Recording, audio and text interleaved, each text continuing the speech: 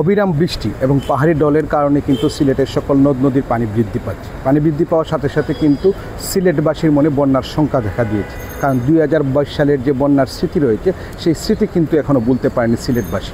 আমরা অবস্থান করছি সিলেটের সুরমা নদীর তীরে। আমি যদি সুরমা নদীর পরিস্থিতিটা আপনাদের দেখাতে চাই এবং আপনার মাধ্যমে যদি মাই টিভির দর্শকদেরকে জানাতে চাই যে স্রোতের নিচে হারিয়ে যাচ্ছে জনজীবন।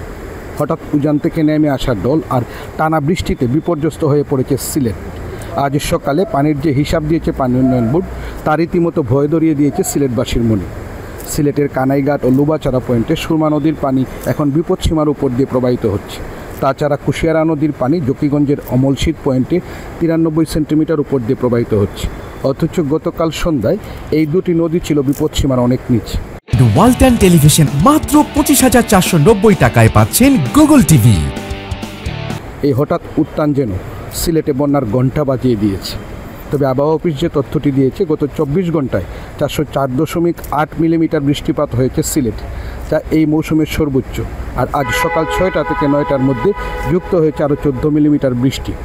এদিকে শুধু কানাইঘাট আর জকিগঞ্জ নয়, সুরমা নদীর সিলেট পয়েন্ট, কুশিয়ারা নদীর শেওলা এবং ফেন্সুগঞ্জ পয়েন্টে পানির উচ্চতা আশ্চর্যজনক পর্যায়ে রয়েছে।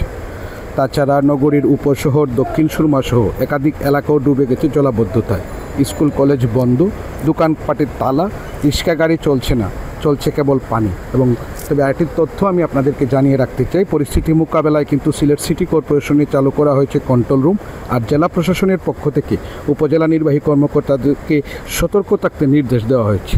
আসলে আরেকটি বিষয় আমি আপনাদেরকে জানিয়ে রাখি যে হঠাৎ করে যে প্রাকৃতিক দুর্যোগের কবলে পড়েছে সিলেটবাসী, আসলে সকলের জেলা প্রশাসন, সিলেট সিটি কর্পোরেশন, উপজেলা প্রশাসন সহ সকলের সম্মিলিত প্রচেষ্টায় কিন্তু এই প্রাকৃতিক দুর্যোগ থেকে মুক্ত হবে সিলেটবাসী।